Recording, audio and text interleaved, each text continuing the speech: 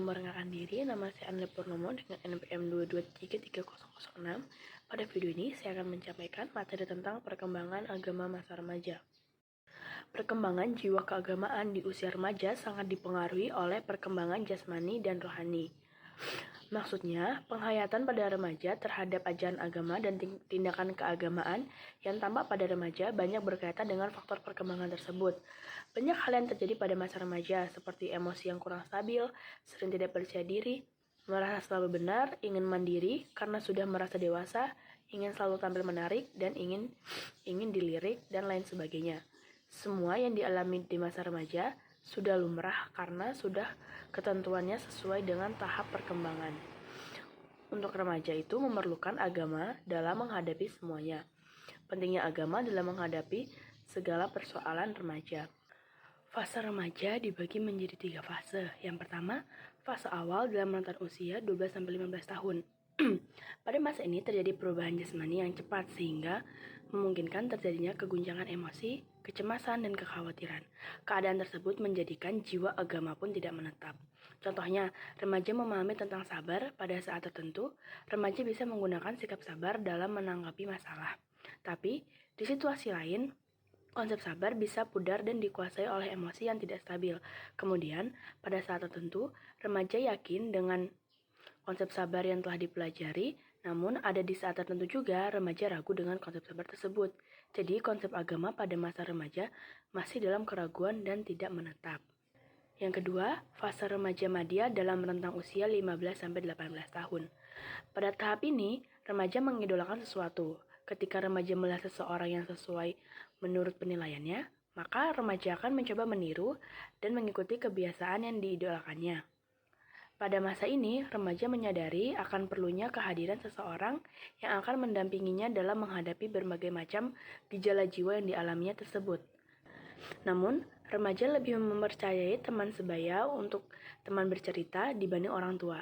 Ada saat-saat tertentu remaja membutuhkan Tuhan untuk berbagi dengan apa yang dirasakannya dan mengidolakan Rasulullah dengan segala kelebihannya dan patut ditauladani. Namun tidak sedikit juga remaja hanya mengaguminya saja tapi tidak mentauladani karena di masa remaja adalah masa yang sulit dan sangat mudah dipengaruhi oleh perkembangan zaman.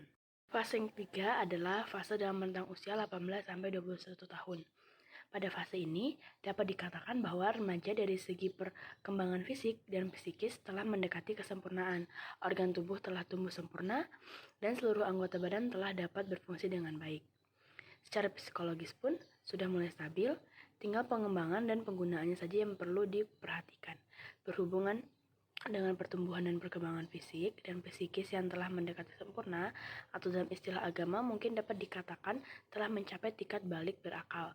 Maka perkembangan keagamaan pada remaja pun sudah mendekati lebih baik daripada masa kanak-kanak. Selanjutnya adalah sikap beragama masa remaja. Sikap beragama pada masa remaja tidak konsisten, baik dari segi pemahaman, keyakinan, dan pengamalan. Banyak faktor yang mempengaruhinya, baik faktor dalam diri maupun dari luar dirinya. Hal ini berhubungan dengan proses perkembangan fisik dan psikis masa remaja tersebut. Ada 4 sikap beragama yang dialami pada masa remaja. Yang pertama, percaya ikut-ikutan. Sikap agama yang percaya ikut-ikutan ini adalah hasil dari pendidikan lingkungan, baik lingkungan keluarga, sekolah, dan masyarakat. Melaksanakan ibadah dan ajaran agama sekedar mengikuti suasana lingkungan di mana dia hidup. Cara beragama seperti ini merupakan lanjutan dari cara beragama di masa kanak-kanak, seolah-olah tidak terjadi perubahan apa-apa pada pikiran mereka. Yang kedua, percaya dengan kesadaran. Kesadaran agama atau semangat agama pada masa remaja mulai dengan meninjau dan meneliti kembali cara beragama pada waktu masa kecil. Mereka ingin menjadikan agama sebagai suatu lapangan baru untuk membuktikan pribadinya dan tidak mau lagi beragama sekadar ikut-ikutan saja. Semangat agama tersebut tidak terjadi sebelum umur 17 atau 18 tahun. Semangat agama ada 2 bentuk, yaitu semangat positif dan semangat negatif. Yang ketiga adalah kebimbangan remaja. Kebimbangan remaja terhadap agama itu tidak sama, berbeda antara satu dengan yang lainnya, sesuai dengan kepribadian masing-masing. Ada yang mengalami kebimbangan ringan yang cepat bisa diatasi, dan ada yang sangat berat sampai kepada berubah agama. Kebimbangan yang terjadi tersebut terjadi karena 2 faktor. Yang pertama, kebimbangan dan keingkaran kepada Tuhan merupakan pantulan keadaan masyarakat yang dipenuhi oleh penderitaan, kemerosotan, moral, kekacauan, dan kebingungan. Kedua, pantulan dari kebebasan berpikir yang menyebabkan agama menjadi sasaran dan arus sekularisme. Yang keempat adalah tidak percaya.